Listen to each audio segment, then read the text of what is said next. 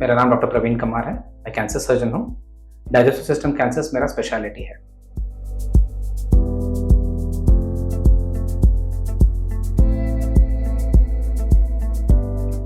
Hello friend, आज हम tube feeding के बारे में बात करेंगे। सो फ्रेंड्स, जब हम अपर डाइजेस्टिव सिस्टम, जब फूड पाइप का सर्जरी करते हैं या स्टमक का सर्जरी करते हैं या पैंक्रियास का सर्जरी करते हैं, जैसे विपल्स का सर्जरी है, इन सब सर्जरीज में फीडिंग के लिए पेशेंट को सर्जरी के बाद खाना अतड़ी तक पहुंचाने के लिए हम नेजोजेजुनल ट्यूब इस्तेमाल करते हैं या नहीं तो फीडिंग जेजुनोस्टमी इस्तेमाल करते हैं। सो इन दोनों चीज़ों में हमारा मकसद ये रहता है कि खाना पहुंचे स्मॉल इंटेस्टाइन तक, जहाँ पे हमने कोई सर्जरी नहीं किया है और वो एडिक्वेटली डाइजेशन कर सकता है।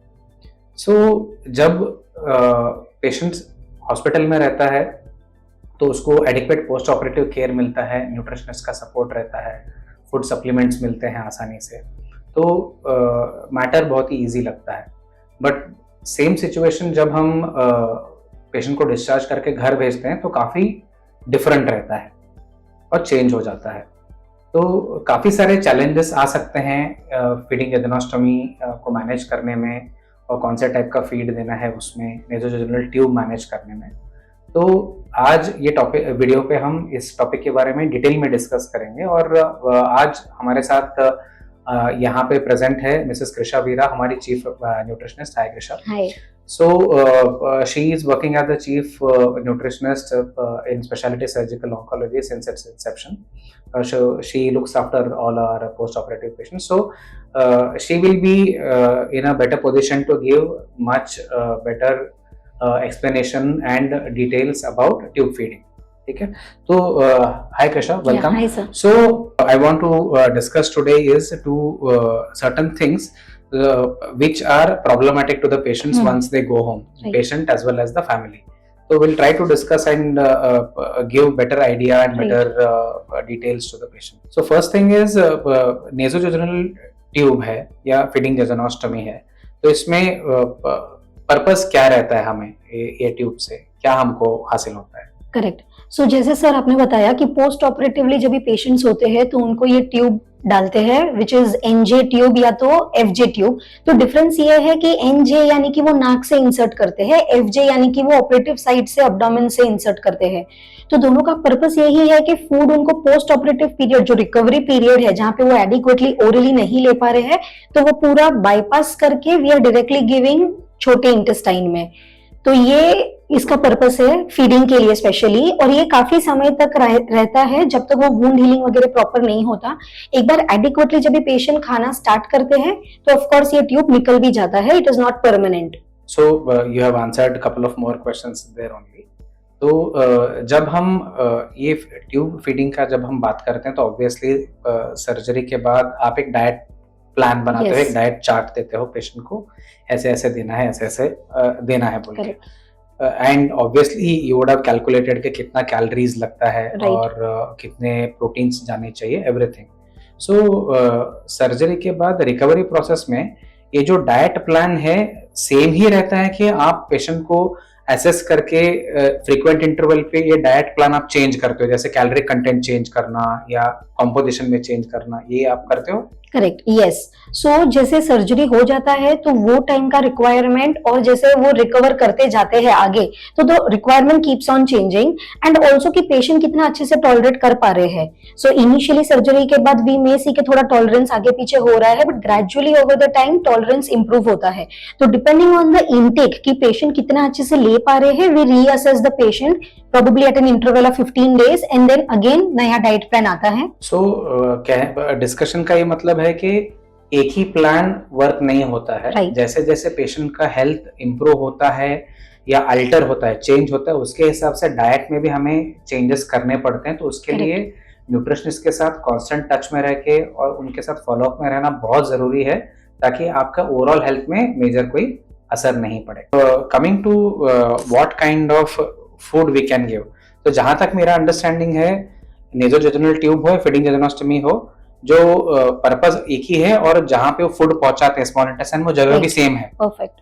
तो दोनों में फीडिंग प्लान में मेजर चेंजेस डिफरेंस नहीं रहता, दोनों लगभग एक ही तरह रहते हैं, राइट? यस। तो जब हम इसमें ऑब्वियसली रूटीन खाना तो इसमें से नहीं डाल सकते, राइट।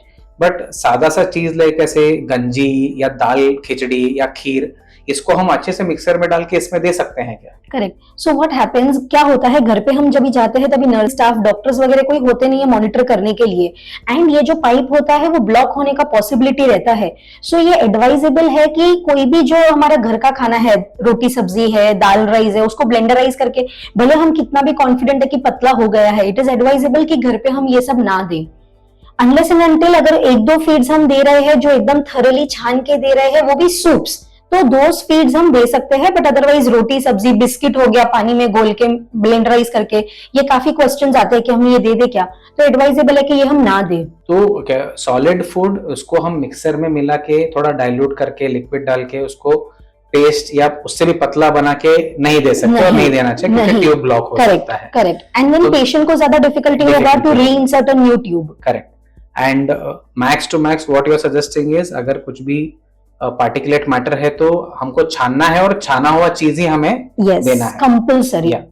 सो जब आप एफजे या एनजे ट्यूब का जब आप फीडिंग का प्लान करते हो तो उसमें जो कैरियर सॉल्यूशन है, जो आप क्या एडवाइस करते हो? पानी एडवाइस करते हो या मिल्क एडवाइस करते हो, जूस, सूप, आप कौन सा लिक्विड है जिसको आप प्रेफर करते हो? ऑब्वियसली हम सिर्फ उतना ही नहीं दे सकते क्योंकि उसमें कैलोरीज नहीं रहते हैं, हमें डेफिनेटली उसमें कुछ ऐड करना है, जैसे आप प्रोटीन सप्लीमेंट्स एडवाइस करते हो, तो डेफिनेटली सप्लीमेंट्स तो जाते ही हैं कैलोरी के हिसाब से आपने जो कैलकुलेट किया, बट हम किसमें डालें उसको? करेक्ट। सो सी, जब भी हम एफजे या एनजे का बात कर रहे हैं कि जो फूड हमारे इंटेस्टाइन में जा रहा है, तो सबसे इंपॉर्टेंटली मिल्क स्ट्रिक्टली नहीं देना है in the pure form, because वो लैक्टोज उसमें है, तो उसके लिए वो नहीं देना है।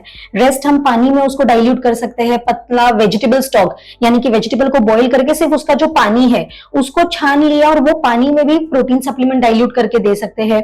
फिर हम बटर मिल्क जो टेट्रा पैक है या तो आप रेडीली घर पे बनाओ, जो भी कन्वीनियंट है। अगेन जब भी हम प्रोटीन सप्लीमेंट ये कोई भी मीडियम में डाइल्यूट करते हैं, हमें उसको 2 बार स्ट्रेन करना है, छान लेना है, फिर ही उसको ट्यूब से डालना है। तो ये मीडियम्स में हम दे सकते हैं। ऑल्सो कोकोनट वाटर में कभी हम देते हैं। अगर पेशेंट को डायबिटीज है तो फ्रूट जूसेस हम नहीं देते हैं, बट अदरवाइज फ्रूट जूसेस में भी हम डाइल्यूट करके सप्लीमेंट को दे सकते हैं। So these are few options कि जिसमें हम दे सकते हैं। तो पेशेंट के पास और फैमिली के पास ऑप्शंस हैं। yes, ऐसे जरूरी नहीं कि एक फिक्स्ड ये नहीं है।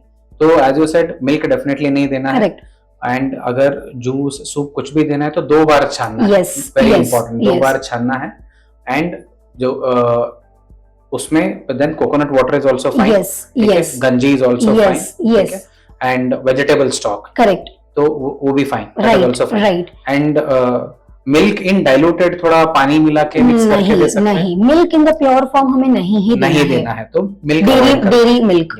सो जब ये कैरियर सॉल्यूशन हो गया तो इसमें हम आप जो एडवाइस करते हो, यूजुअली प्रोटीन पाउडर रहता है, तो आप प्रोटीन पाउडर सबके लिए स्टैंडर्ड रहता है कि आप पेशेंट को असेस करके, हर एक पेशेंट के लिए नहीं, इसको डायबिटीज है, इसको हार्ट का प्रॉब्लम है, इसको किडनी का प्रॉब्लम है, या इसका वजन बहुत ही कम है, ये सब देख के भी आप पाउडर कौन सा देना है चेंज करते हैं?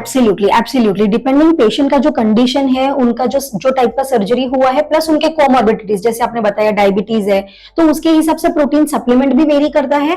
प्लस 2 पेशेंट्स को अगर ट्यूब सेम है बट उनका वजन कम ज्यादा है, तो उसके हिसाब से भी प्रोटीन का स्ट्रेंथ वेरी करेगा, यानी कि उनको कितना चम्मच दिया है। तो depending on all these conditions protein supplement very करता है। ओके, सो काफी सारे इंपॉर्टेंट पॉइंट्स मतलब हमारे डिस्कशन में बाहर आए। तो नेक्स्ट मुझे पूछना था कि एक तो हो गया कैरियर सॉल्यूशन, दूसरा हो गया प्रोटीन सप्लीमेंट्स, इसके साथ और कुछ आप एडिशनल देते हो कि मतलब जैसे ऑयल है या विटामिन्स है तो गो विद द फीड, या कैसे आप एडवाइस कर रहे हो? राइट। सो पहले तो हम लोग कैलोरी और प्रोटीन का एडजस्टमेंट करते हैं कि पेशेंट को कितना रिक्वायरमेंट है। अभी प्रोटीन सप्लीमेंट में व्हेन वी से प्रोटीन सप्लीमेंट, इसका मतलब ये नहीं कि उसमें स्टैंड अलोन प्रोटीन है, वो सप्लीमेंट में कार्ब्स भी है, फैट्स भी है, प्रोटीन्स है, सब कुछ है, मिनरल्स वगैरह है। तो वो कैलकुलेट करके अगर हमें कैलोरी डेफिसिट मिलता है तो then we take the support of additional additives. कभी ऑयल हो गया, कभी घी हो गया, कभी एमसीटी बेस्ड ऑयल हो गया, तो वो डिपेंड करता है पेशेंट के कंडीशन पे और उनके रिक्वायरमेंट पे। ऑल्सो जैसे सर आपने पूछा कि कोई और एडिशनल न्यूट्रिएंट्स वगैरह देते हैं, तो B complex vitamin and vitamin C वगैरह वो टैबलेट्स हम दे सकते हैं पेशेंट को, depending on the requirement. Again जब भी हम ये सप्लीमेंट्स देते हैं जो कैप्सूल फॉर्म में है या तो फिर टैबलेट फॉर्म में है, इट इज एडवाइजेबल कि हम इसको फीड में ना मिला के दें। ये थोड़ा एक कॉमन मिस्टेक हो जाता है। कोई भी मेडिसिन भी हो गया, पोस्ट ऑपरेटिवली जब भी पेशेंट घर जाते हैं उनको मेडिसिन भी बहुत सारी रहती है, तो ये कॉमन मिस्टेक है कि फीड हमने बना के रेडी रखा है, उसी में हमने क्रश कर लिया और हमने फीड में डाल दिया। हमेशा जब भी आप हॉस्पिटल में है आपको फीडिंग सिखाया जाता है at the time of discharge. तो फीडिंग के बाद जब आप पानी डालते हैं टू फ्लश द ट्यूब, ताकि ट्यूब आपका क्लीन रहे और वो ब्लॉक ना हो जाए, तो हमेशा वो आप मेडिसिन जो क्रश किया है फ्लशिंग पानी में डालिए। फीड खत्म हो गया आपका, फिर वो पानी डालिए तो उसमें आपका मेडिसिन भी आ गया, रादर देन मिक्सिंग इसमें फीड में। तो दिस इज वन पॉइंट जो हमें बहुत ध्यान रखना है घर पे। ओके, सो जो भी मेडिसिन या सप्लीमेंट्स एडिशनल टैबलेट्स वगैरह देना है या जो भी वो न्यूट्रिशनल सप्लीमेंट हो या दूसरे टैबलेट्स हो, सेपरेटली देना है, फीड में मिक्स नहीं करना है। Right, very important message there. And next हम आते हैं कि जब हमें ये फीड देना है घर पे जाने के बाद, मतलब क्या सेटअप मतलब आप सजेस्ट करते हो कि पेशेंट क्या बैठे रहना चाहिए या लेटा रहना चाहिए, कौन से पोजीशन में, कहाँ पे, how do we decide? Right, तो इसमें हमें क्या ध्यान देना है कि मेन पोजीशन का हमें ध्यान देना है। हॉस्पिटल में ऑफ कोर्स फोल्डेबल बेड्स है, अगर घर पे पॉसिबल है तो फोल्डेबल बेड अरेंज करके 45 डिग्री पे पेशेंट को रखना है और फिर फीड करना है। मान लो अगर ये बेड नहीं अवेलेबल है तो हम क्या कर सकते हैं, पेशेंट को ऐसे चेयर पे बिठाना है, कोई भी नॉर्मल चेयर, पीछे 2 पिलोस का सपोर्ट लेके हम वो पोजीशन अचीव कर सकते हैं, अप्रोक्सीमेटली 45 डिग्री एंगल। इसमें हमें क्या ध्यान देना है कि इवन फीड जब भी खत्म हो जाता है, आफ्टर द फीड तकरीबन 1 घंटा पेशेंट को वैसे ही आराम करने देना है। पेशेंट अगर थोड़े थक गए या उनको सोना है तो यही पोजीशन पे भले पेशेंट सो जाते हैं, बट इमीडिएटली फ्लैट 180 डिग्री पे नहीं सुलाना है, ये बहुत ध्यान देना है। ठीक है, तो बोथ नेजोजेनल फीडिंग पे भी और एफजे पे भी 45 डिग्री पे देना ही बेटर रहता है। 1 घंटा पेशेंट को बैठे रहना है। तो हम जब भी ये फीड चालू करते हैं, मतलब जब ये करते हैं, तो हाउ डू वी सजेस्ट कि मतलब हम जो फीडिंग बैग रहता है उसको यूज करना मैंडेटरी है, जरूरी है और हमेशा उसी से करना है, क्या जो इंजेक्शन मेथड जैसे हम गैस्ट्रिक फीडिंग करते हैं, जो एसेप्टो सिरिंज है या बड़े सिरिंज पंप से फीड करते हैं, वैसे भी करना एक अल्टरनेटिव है क्या इसमें? करेक्ट, तो जैसे सर ने बताया कि 2 टाइप की नली रहती है, एक तो होती है एनजी जिसका हम अभी बात कर रहे हैं और दूसरा होता है एनजी। तो हमें इसके लिए अपना जो भी टॉपिक है एनजी या एफजे, उसके लिए स्पेसिफिकली ध्यान देना है। कंपलसरी हर फीड अपने को फीडिंग बैग से ही देना है। बोलस फीड यानी कि हमने वो सिरिंज लगाया और पूरा एक फीड हमने 5-10 मिनट में फिनिश कर दिया, ये अवॉइड करना है। ये जो टाइप का फीडिंग है जो हमारा इंटेस्टाइन में जाता है, इसमें कंपलसरी ड्रिप वाइज फीड करना है, बूंद बूंद से फीड करना है, तो जिसके लिए हमें ये फीडिंग बैग का हेल्प लेना है। तो कहने का मतलब है कि अगर हम बोलस देते हैं, फटाक से डाल देते हैं, तो it is not advisable. Intestine can not tolerate, वो झेल भी नहीं पाएगा, then we may have issues, मतलब कुछ हमको प्रॉब्लम्स फेस करने पड़ेंगे। तो ड्रिप मेथड से देना बेटर रहेगा। तो जब ड्रिप मेथड का हम बात करते हैं कि मतलब बैग से लगा के ही देना है, तो आपने ऑलरेडी डाइट प्लान में लिखा रहेगा कि 200 ml देना है हर दूसरे घंटे में या 150 ml देना है दूसरे घंटे में। तो हम 2-2 घंटे के गैप में हम फीड्स दे रहे हैं, ठीक है। तो हम जब फीड चालू करते हैं, सपोज हमको आपने सजेस्ट किया है कि 150 ml या 200 ml देना है, तो हमको कितने घंटे में खत्म करना है नेक्स्ट फीड से पहले? Correct, so 200 ml for example अगर हमारा फीड है एक टाइम का, वो हमने फीडिंग बैग में डाला और वो उसका जो ये है रेगुलेटर है वो ड्रिप वाइज सेट करना है। हमें ये ध्यान देना है कि अप्रोक्सीमेटली 30 to 40 मिनट्स में वो एक फीड खत्म होना चाहिए। सो वो रेगुलेटर को वैसे एडजस्ट करना है। 15-20 मिनट में फीड खत्म हो गया, 10 मिनट में फीड खत्म हो गया, ये काफी टाइम पेशेंट्स का आता है कि इतने टाइम में हमने फीड कर दिया वाया दिस फीडिंग बैग। ये रॉन्ग है, ये अवॉइड करना है। तो एटलीस्ट 30 to 40 मिनट्स आराम से चलना चाहिए। तो हम 30 to 40 मिनट्स में अराउंड 200 ml भी दे सकते हैं। यस, दे सकते हैं। एंड और हर फीड के बाद हमें अच्छे से फ्लश करना है पानी से। Yes, so that the tube is not blocked. Correct. So suppose हम 2-2 घंटे के गैप में प्लान करते हैं, दैट इज द स्टैंडर्ड। 2-2 घंटे के गैप में हम फीड्स दे रहे हैं। तो हमने 30 to 40 मिनट्स में खत्म कर लिया Right. और उसके बाद हमने फ्लश Flush. भी कर दिया, तो आसानी से हमारे पास 60 to 70 मिनट्स नेक्स्ट फीड तक करेक्ट रहेंगे। करेक्ट। तो then comes the next question, तो क्या हम सारे जो फीड्स हैं दिन के एक ही झटके में रेडी करके रख सकते हैं? इज इट एडवाइजेबल कि हमारे पास रेफ्रिजरेटर है, हमने रेडी करके रख दिया, राइट क्या ऐसे करना सही है? क्या हर फीड फ्रेशली प्रिपेयर करना चाहिए? राइट, ये एडवाइजेबल है कि हर फीड हम फ्रेशली प्रिपेयर करें ताकि कोई इन्फेक्शन ना लगे, टू अवॉइड कंटेमिनेशन, कुछ भी उसमें खराब हो गया कुछ बिगड़े ना, भले हम कितना भी प्रिकॉशन लेते हैं, सब अच्छे से क्लीन किया है, रेफ्रिजरेट किया है, बट स्टिल उसमें ऑर्गेनिजम्स मतलब बैक्टीरिया वगैरह आने का डर ज्यादा रहता है। तो इट इज एडवाइजेबल स्ट्रिक्टली कि आप हर फीड, वो जो भी फीड देना है उसके पहले ही बनाइए। मान लो अगर आप कभी ट्रैवल कर रहे हैं, मतलब ये काफी टाइम पेशेंट्स का क्वेश्चन आता है कि हम ट्रैवल कर रहे हैं तो हम फ्रेशली प्रिपेयर्ड फीड कैसे बनाएं, तो वो टाइम पे जो भी मीडियम आपका है उसको नहीं देके आप पानी में प्रोटीन पाउडर डाइल्यूट करके दे दीजिए। सो that is a good alternative कि पानी आप मिनरल वाटर पैकेज वाला भी ले सकते हो या घर से साफ सुथरा पानी पैक करके ले जा सकते हो, वो ऑलमोस्ट 24 आवर्स तक तो खराब नहीं होगा। एंड आप जैसे हम रूटीन खाना नहीं दे रहे हैं, हम न्यूट्रिशनल जो फॉर्मूला है उसको दे रहे हैं, तो usually it is in the form of nutritional powder, तो उसको मिक्स करके देना should not be too much of an effort, इतना मेहनत वाला काम नहीं है।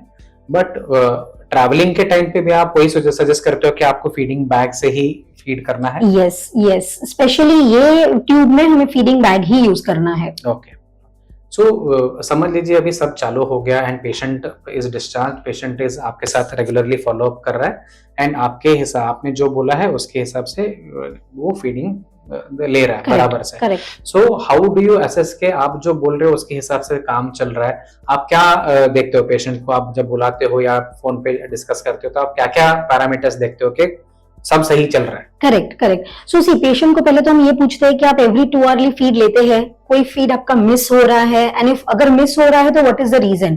काफी टाइम पेशेंट मतलब पोस्ट रिकवरी घर पे जब भी रहते हैं तो बहुत ज्यादा उनको रात को लेट नींद आता है, सुबह को लेट उठते हैं, तो अगेन दैट पूरा डाइट प्लान शिफ्ट हो जाता है। 7 बजे अगर फर्स्ट फीड देने हैं तो कभी कभी 11 बजे फर्स्ट फीड जाता है, बट देन वो वैसे मैनेज करते हैं कि रात को आप रिमेनिंग फीड्स ले लो जब भी आप जाग रहे हैं। सो दैट इज वन थिंग कि आपके सब फीड्स जा रहे हैं कि नहीं। सेकेंडली कि आप फीड अच्छे से टॉलरेट कर पा रहे हैं। काफी टाइम पेशेंट्स को कोई डिफिकल्टी होता है कि फीड लेने के बाद मेरे को दुख रहा है, मेरे को ये हो रहा है, तो वो डर से भी कभी कभी एक आध फीड वो मिस कर देते हैं। That is second. Third is कि उनका वजन का क्या स्टेटस है। जब भी पेशेंट का सर्जरी होता है, हॉस्पिटल से डिस्चार्ज आते हैं, तो मेजर केसेस में वी विल सी कि थोड़ा वेट लॉस हुआ है पोस्ट ऑपरेटिवली, तो वो वेट गेन का क्या स्टेटस है, वेट गेन अच्छे से हो रहा है। अगर वेट गेन अच्छे से हो रहा है तो then we are on the right track कि अच्छे से वो फीड टॉलरेट कर रहे हैं एंड वो उतना उनको खाना भी एडिक्वेट हो रहा है। सो ये पैरामीटर्स है कि जहां पे हम असेस करते हैं। अभी इसमें से किसी का भी आंसर अगर नो है कि नहीं मेरा वजन अच्छे से नहीं बढ़ रहा है, फीड मेरे को टॉलरेट नहीं कर रहा है, तो देन पर्सनली फिर पेशेंट से मिलके उसको रीअसेस करते हैं डाइट प्लान को, और उनका जो भी डिफिकल्टी है उसको सॉल्व करके वापस वो स्टार्ट करते हैं diet plan. Okay, great points. तो it is not one formula नहीं है कि एक बार हमने ये लगा दिया और सब कुछ उसी प्लान के हिसाब से चल रहा है। पेशेंट को रिकवरी के देख के हमको काफी सारे बार प्लान करेक्ट चेंज करना पड़ सकता है। सो हमने डिस्कस किया पेशेंट का सेटअप, कौन सा बैग से देना है, प्रिपरेशन में हम क्या यूज कर सकते हैं और क्या क्या कर सकते हैं और क्या क्या ऐड नहीं कर सकते हैं। तो इसमें हम यूजुअली दिन में कितने फीड्स देते हैं, मतलब व्हाट इज द स्टैंडर्ड आपके हिसाब से, हम रूटीनली कितने फीड देते हैं पोस्ट ऑपरेटिवली? सो यूजुअली अगर 2 आवरली का हम गैप देखते हैं तो मिनिमम 9 फीड्स तो पेशेंट ले ही पाते हैं इन द एंटायर डे, सुबह से लेके। So the next question is, हम मैक्स वॉल्यूम कितना देते हैं एक फीड में, आप कितना सजेस्ट करते हो? करेक्ट। सो मैक्सिमम हम 200 तक ही जाते हैं, बिकॉज अगेन वो हमें फ्लशिंग का पानी भी अकाउंट करना है। So that even if you are calculating 50 CC flushing, right, तो 9 फ्लश में वो भी अराउंड 500 सीसी के आसपास हो जाता है। Correct correct. So 200 ml is the max जो हम एक फीड में देते हैं उनको। सो अगर हम शेड्यूल को स्टिक करते हैं तो 1800 ml आपको फीड से ही मिल जाता है। yes. उसके बाद अनदर 500 ml आपको जो फ्लश का पानी है उससे मिल जाता है। So not just the dietary requirement, caloric requirement नहीं, बॉडी को जितना वाटर कंटेंट भी चाहिए वो भी फीडिंग से अच्छे से प्रोवाइड हो सकता है। Right, correct, absolutely. Because patient जब भी घर जाते हैं तभी जैसे हॉस्पिटल में उनको बहुत सारे आईवी सपोर्ट रहते हैं तो उससे पानी अच्छे से जा रहा है, बट घर पे दैट इज नॉट देयर, तो इससे एडिक्वेट पानी उनका मीट हो जाता है। सो कहने का मतलब है कि इसके साथ कुछ एडिशनल सलाइन या वगैरह किसी का जरूरत नहीं रहता जब फुल वॉल्यूम प्लान्ड फीड जा रहा है। Correct correct. एंड इसमें देयर इज नो रिस्ट्रिक्शन कि ओरली नहीं लेना है बोल के, राइट? Yes. जब तक surgically patient is fit enough to take के जो भी है सर्जन ने एडवाइस किया है कि आप मुंह से जितना भी ले सकते हो तो वो ले सकते हैं, Absolutely, तो कई absolutely. बार पेशेंट से फैमिली हमें पूछते हैं, सर अभी ये तो मुंह से ले रहे हैं, अभी फीडिंग एजोनोस्टोमी का या एनजे फीड का जरूरत है क्या, हम इसको बंद कर दें क्या? Correct. So how do we advise कि मतलब अभी हमको क्या है, ये हमको कॉन्फिडेंस नहीं रहता कि ये ओरली अच्छे से ले रहा है इतना, Right, ठीक है, right. Because they will not be able to quantify, वो हमको ठीक से आइडिया नहीं देते हैं। करेक्ट। तो तब हम how do we plan this, कि मतलब हम कैसे प्लान करते हैं इसको? करेक्ट। तो जैसे पेशेंट डिस्चार्ज होते हैं, हम उनको स्टार्टर टेस्ट फीड्स देते हैं ओरली खाने के लिए एट द हॉस्पिटल ओनली, कि थोड़ा थोड़ा करके छोटा छोटा लिया, एक कप आइसक्रीम का लिया, एक कप योगर्ट लिया, या तो थोड़ा सा दाल राइस लिया, जो भी वो अच्छे से टॉलरेट कर पा रहे हैं। तो इनिशियली क्वांटिटी ऑफ कोर्स थोड़ा रहता है पोस्ट ऑपरेटिवली, धीरे धीरे जैसे वो क्वांटिटी बढ़ता जाता है ओरल इनटेक का, प्लस चॉइसेस भी हमें असेस करने हैं कि प्रोटीन रिच खाना भी जा रहा है कि नहीं जा रहा है ओरली। तो वो रिकॉल लेते हैं जब भी पेशेंट आते हैं तभी। अगर मान लो वो फूड एडिक्वेटली ओरली ले पा रहे हैं आफ्टर अ सर्टेन टाइम, तो देन फिर वो ट्यूब फीड हम टेपर कर सकते हैं। ऐसे नहीं है कि आज हमने 3 बार थोड़ा थोड़ा दाल राइस लिया तो कल मेरा नली निकाल दो आप, बिकॉज ये थोड़ा सोशल स्टिग्मा से भी अटैच्ड है। पेशेंट्स को बहुत ईगर रहते हैं पेशेंट्स की मेरा ये नली फटाफट निकाल दो, बट हमें ये समझना जरूरी है from the surgeon point and from the dietitians point कि वी आर वेरी हैप्पी, हम खुश है अगर नली है तो, बिकॉज वो अच्छे से उतना जा रहा है, रिलेटिव्स दे पा रहे हैं। एक बार जब ये ओरली अच्छे से लिया then we can remove the tube. So हमें वो भी असेस करना है कि ओरली एडिक्वेटली, मतलब not just quantity wise, calorie wise भी अच्छे से ले रहे हैं, तभी हम डिसाइड करते हैं कि हम फीडिंग ट्यूब से जो फीड दे रहे हैं हम उसको स्टॉप कर सकते हैं, टेपर कर सकते हैं। अगेन ये पेशेंट टू पेशेंट हमें देख के डिसाइड करना रहता है। बट ऐसा तो नहीं है कि मुंह से भी ले रहे हो और फीडिंग ट्यूब से भी ले रहे हो तो बहुत ज्यादा अंदर चला जाता है और उससे प्रॉब्लम होगा। करेक्ट, नहीं ऐसा बिल्कुल भी नहीं है, बिकॉज वो हमें असेस करना है, जैसे आपने बताया रेगुलर इंटरवल्स पे वो असेस करना है। सो ओवर फीडिंग का अपने को डर नहीं है, बिकॉज ग्रेजुअली हम अगर ये बढ़ रहा है ओरली तो नली को टेपर कर देंगे।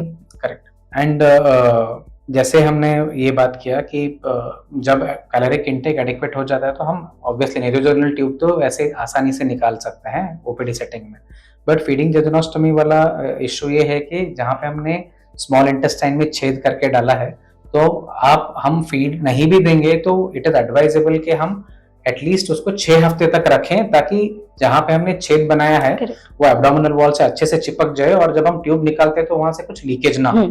तो फीडिंग जेजुनोस्टोमी जब हम बनाते हैं तो उसमें 6 हफ्ता ट्यूब रहेगा ही रहेगा, भले हम उसमें फीड ना भी दे और पेशेंट मुंह से अच्छे से भी ले रहे हैं तो उसको 6 वीक्स हमें रखना रहता है। So this is the discussion के मतलब हम क्या क्या कर सकते हैं। तो थोड़े पेशेंट्स ऐसे भी पूछते हैं कि सर हमने अभी जब हम अच्छे से खाना खा रहे हैं वो टाइम का हम फीड स्किप कर रहे हैं, इज इट एडवाइजेबल, और आप मतलब how do you tackle this? Correct. So see इसमें एक्चुअली तो कैसे रहता है, पेशेंट्स को यही कंफ्यूजन रहता है कि मैं ट्यूब फीडिंग ले रहा हूं तो खाऊंगा कभी। तो व्हाट वी एडवाइज यूजुअली इसकी 2 घंटे का फीड है। सपोज मान लो 7 बजे का नली से हमें फीड देना है, 9 बजे का नली से फीड देना है, तो जब हम ओरल स्टार्ट करते हैं हम एडवाइस करते हैं कि आप 8 बजे ले लो दोनों फीड के। यस, तो ये कंसर्न नहीं आता है कि यही टाइम पे नली से भी जा रहा है और मैं मुंह से भी कैसे खाऊं। धीरे धीरे जैसे फिर सर ने बताया कि अगर आप ओरली बढ़ाते जाते हैं तो हम 1-1, 2-2 फीड करके टेपर करते कम करते जाते हैं, और फिर थोड़ा टाइम देके देखते हैं कि आप अच्छे से खाना ले पा रहे हो, ट्यूब फीडिंग हमने कम कर दिया पर वजन आपका अच्छे से रहा है या तो बढ़ रहा है, तो then that is a sign, मतलब घर पे हम इस प्रकार से देख सकते हैं कि एडिक्वेट खाना जा रहा है। So another this is like one of my patient had asked कि सपोज खाना अच्छे से खा रहे हैं तो जो हम फीडिंग जेजुनोस्टोमी का जो फीड है उसको ही मुंह से ले सकते हैं क्या, जो बनाया हुआ प्रिपरेशन में? यस, पेशेंट्स ले सकते हैं। द सप्लीमेंट जो प्रोटीन पाउडर भी है वो भी टेस्टी है, ऐसा कोई प्रॉब्लम नहीं है। तो जो नली वाला फीड है वो ऑफ कोर्स 100% आप मुंह से ले सकते हैं। Obviously it is a what you call much finer form of feed and it is easily digestible also. Right. तो people think it is much easier to track क्योंकि आपने 9 या 10 फीड एडवाइस किया है ट्यूब से। अगर हमें ओरली चालू करना है तो जो हम ट्यूब फीड मिस कर रहे हैं हम उसी को ओरली ले लें। सो एक लॉजिक मतलब some patients ask, so that is a good way of thinking. Right. So then caloric intake is ensured and is also ensured orally also. Perfect. So these were some of the questions like what we wanted to discuss, and some things like what I wanted to ask specifically is what are the common, because you see lot of patients मतलब home care level पे, phone पे, video consult पे, and in physically during the recovery process after the surgery. So what are the common hurdles you face establishing proper nutrition? तो patient को अच्छा caloric intake achieve करने के लिए आपको क्या क्या चैलेंजेस होते हैं तो पेशेंट लेवल पे? सो इनिशियली तो कंप्लायंस ही ये है कि प्रॉपर फीड्स जा रहे हैं, कोई फीड मिस नहीं हो रहे हैं. फिर जब ये ओरल स्टार्ट करते हैं, फीडिंग के साथ जब ये ओरल स्टार्ट करते हैं तो पैलेटेबिलिटी, टेस्ट वगैरह उनको अच्छा नहीं लगता है, तो then you have to manage कि उनको क्या पसंद है, उसमें how we can incorporate these. Also जैसे आपने राइटली बोला कि फीड से हम जो दे रहे हैं वो ओरली ले सकते हैं कि नहीं, उसका तो आंसर वी गेव, बट हम लोग भी ये रेकमेंड करते हैं कि जब आप ओरल स्टार्ट कर रहे हैं तो जो हम फीड कम किया है उसको आप सप्लीमेंट को, एटलीस्ट प्रोटीन सप्लीमेंट आपके बॉडी में जाना चाहिए. अभी वो कौन से फॉर्म में जाना है that is a task, because उनको वो कभी लिक्विड इतना ज्यादा नहीं पीना है, फुलनेस लगता है पूरा ग्लास पी के, तो उसको कभी हम क्या बोलते हैं कि आप योगर्ट बना लो घर पे, दही में वो प्रोटीन पाउडर मिक्स करके यू टेक इट ओरली, तो वो उनको कभी पसंद आता है. फिर अगर पेशेंट डायबिटिक वगैरह नहीं है, कभी कभी उनको स्वीट्स खाने का बहुत मन करता है, सो वी से कि शीरा बना रहे हो, खीर बना रहे हो, उसमें आप प्रोटीन सप्लीमेंट डाल दो.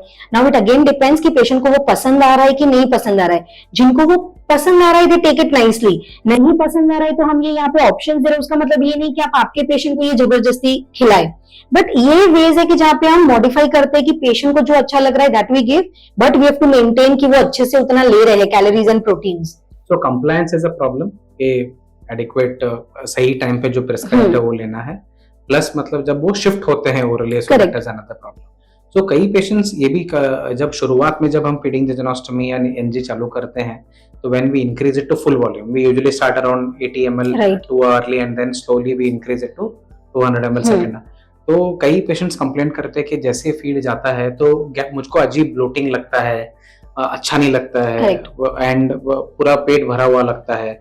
देन कई बार थोड़े लोग बोलते हैं कि लूज मोशंस होते हैं और उनको इसके वजह से उनको अगला फीड लेने का मन नहीं करता है. राइट. तो how do we tackle this? So what are the issues, मतलब क्या रीजन है और कैसे टैकल करना? करेक्ट. तो जैसे सर आपने बोला, एक तो डायरिया, लूज मोशन होना, ये एकदम कॉमन प्रॉब्लम है ये फीड में. दूसरा नौशिया, उल्टी जैसा लगना, कभी कभी उल्टी भी हो जाना, पेट एकदम टाइट लगना, एकदम घबराहट लगना, पसीना पसीना हो जाता है पेशेंट को, ऐसे ऐसे बताते हैं. तो इसमें मेन हमें क्या करना है कि अपना फीडिंग जो जा रहा है ट्यूब बैग से, वो उसका रेट देखना है. कभी कभी क्या होता है, हमने वो सेट किया अच्छे से ड्रॉप वाइज और हम कुछ रिलेटिव कुछ काम करने लग गए, वो खुद से ही कभी कभी एकदम फास्ट हो जाता है, इन वी में से कि वो फटाफट खत्म हो गया. तो फीडिंग अगर फास्ट जा रहा है, जो इन्फ्यूजन रेट है वो अगर फास्ट जा रहा है तो ये सब प्रॉब्लम्स होने का ज्यादा पॉसिबिलिटी है. तो ये सब जो भी प्रॉब्लम्स होते हैं, सबसे प्राइमरी घर पे आपको ये पहले ध्यान देना है पीछे जाके कि फीड हमारा कितने समय में गया. ड्रॉप से फीड जाना ये सबसे इंपॉर्टेंट है. ये फर्स्ट ही स्टेप करके काफी पेशेंट्स के ये प्रॉब्लम रिजॉल्व हो जाते हैं. लूज मोशन भी, जैसे हमने बोला कि ये छोटी इंटेस्टाइन में हमारा फीड जा रहा है तो कंपल्सरी या प्लीज ड्रॉप वाइज फीड करें. ये सबसे प्राइमरी सोल्यूशन है. काफी टाइम यही सोल्यूशन करके हमारा प्रॉब्लम सॉल्व हो जाता है. बराबर रेट में हम दे रहे हैं जितना आपने बोला, टाइम में दे रहे हैं, तो यूजुअली ये सब प्रॉब्लम्स आते नहीं. यस. तो अगर समझ लीजिए कोई मतलब बराबर इतने में भी दे रहा है, फिर भी थोड़ा बहुत ब्लोटिंग या लूज मोशन या अजीब सा फील करना ऐसे जब ऐसे होता है, तो do you add any medication to that, के मतलब कैसे टैकल करते हैं? करेक्ट. सो मेडिकेशन के लिए of course I am not the right person. आपको आपके ट्रीटिंग डॉक्टर के पास ही आना है. एंड जैसे सर ने बोला कि प्राइमरी घर पे ये सब किया हमने, बट फिर भी हमें लग रहा है कि ये चालू ही रह रहा है, तो देन इमीडिएटली अपने को ट्रीटिंग डॉक्टर को कंसल्ट करना है एंड जो भी वो मेडिकेशन देते हैं दैट वी मे ऐड. या and sometimes do you also consider के सब कुछ ठीक होने के बाद भी पेशेंट को कुछ अजीब लग रहा है, तो शायद हमें जो पाउडर हम दे रहे हैं पेशेंट को उसमें थोड़ा बदलाव करना चाहिए. Right. 2 चम्मच के जगह पे हमें 1 चम्मच करना चाहिए, ऐसे आप चेंजेस करते हो? करेक्ट. वो स्ट्रेंथ भी 2 चम्मच या 1 चम्मच वो भी चेंज करते हैं. काफी टाइम हम पूरा वो पाउडर ही चेंज करके देखते हैं. काफी लोगों को एक पाउडर सूट हो जाता है, किसी को नहीं होगा. Correct. तो वो भी थोड़ा मॉडिफाई करके इट चेंजेस, वो हेल्प करता है. सो समझ लो कि ये सब प्रॉब्लम चालू है और हमने ये कोशिश किया, सारे इंटरवेंशन कर लिए कि गैस ना बने, लूज मोशन ना हो, अजीब सा ना लगे, सब के लिए हमने सब फिर से मतलब रीएडजस्ट करके दिया.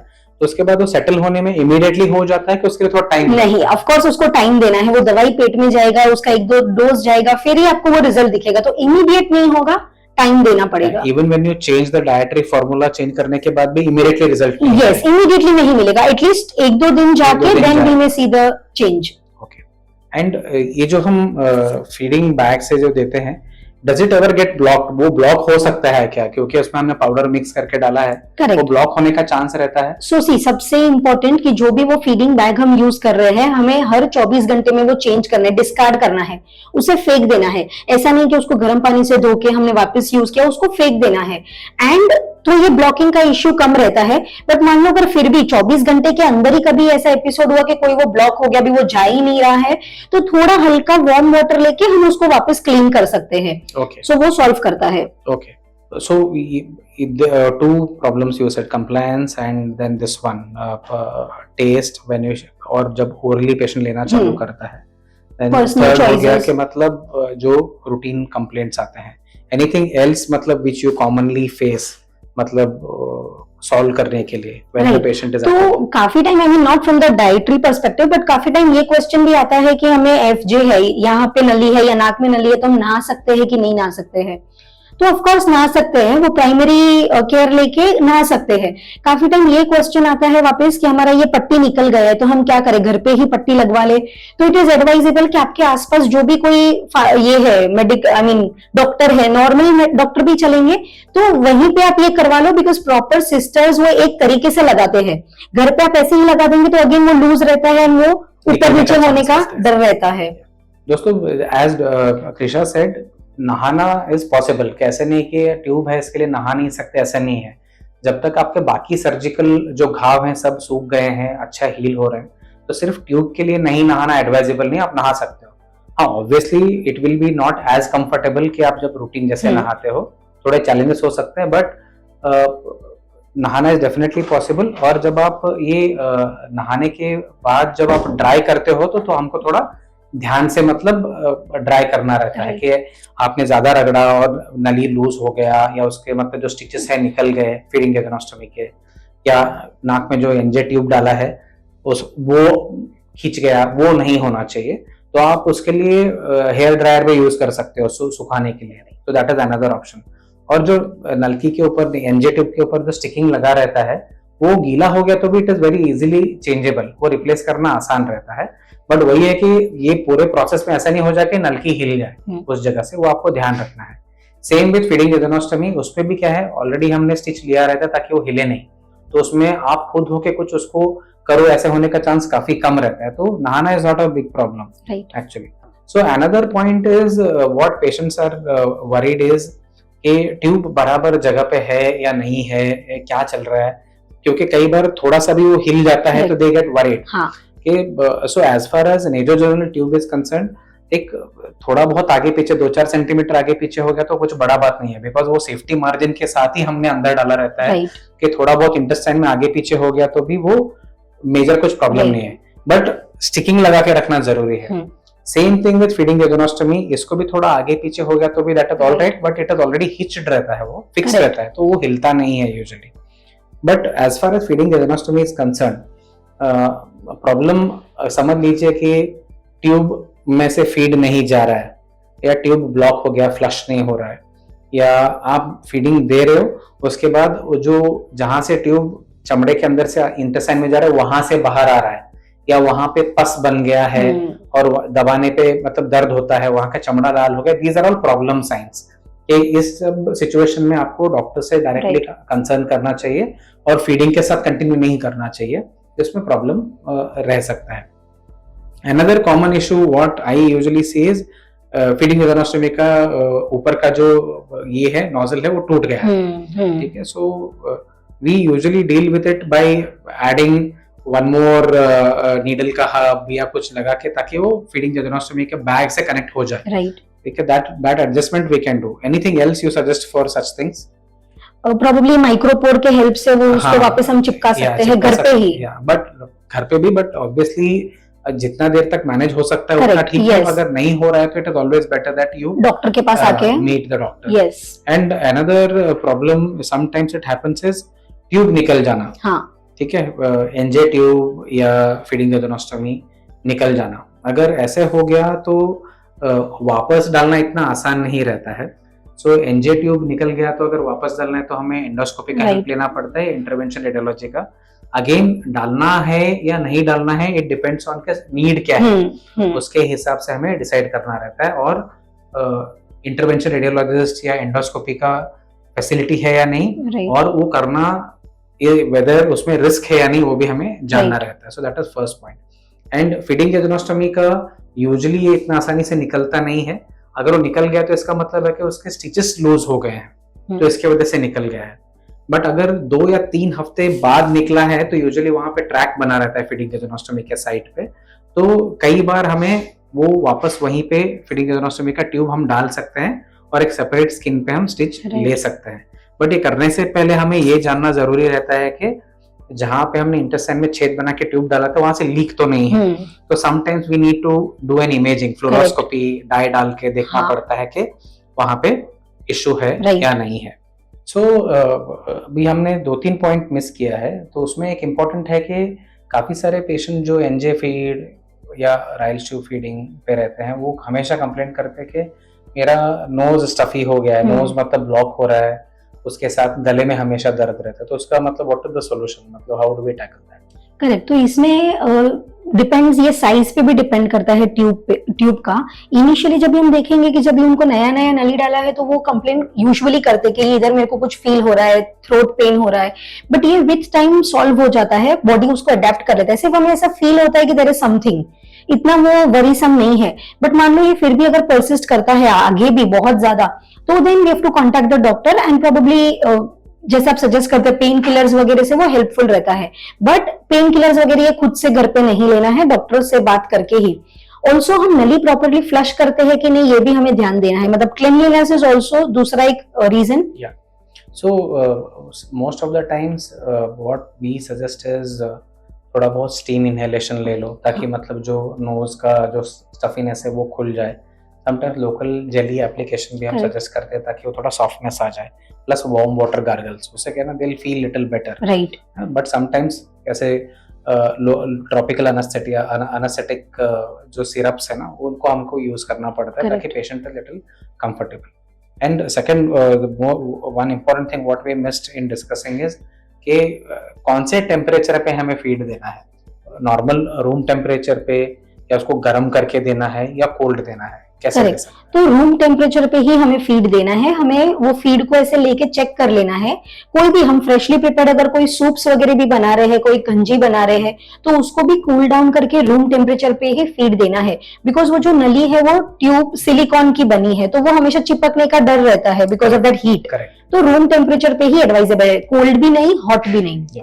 सो बट जो हम सॉल्यूशन जो प्रिपेयर करते हैं, सब मतलब हमने वेजिटेबल स्टॉक बनाया है या ऐसे मतलब कोकोनट वाटर है, उसको तो जब हम समझ लीजिए कि हमने सुबह बनाया है और हमें दोपहर के फीड के लिए करना है, तो that we can use, right? हम उसको स्टोर कर सकते हैं रेफ्रिजरेटर में, और at least for that 8 hours we can use that vegetable stock और something whatever we have prepared. Is it possible? But उसको रेफ्रिजरेटर से निकाल के रीहीट करके कूल डाउन करके यूज करना है। Yes yes. और जितना, अगेन आई एम रिपीटिंग, जितना पॉसिबल है फ्रेशली मेड ही अगर हम फीड देते हैं तो एडवाइजेबल है। बट अगर ऐसा करना भी है फॉर सम इंस्टेंस, तो उसको रीहीट करके कूल डाउन करके ही देना है।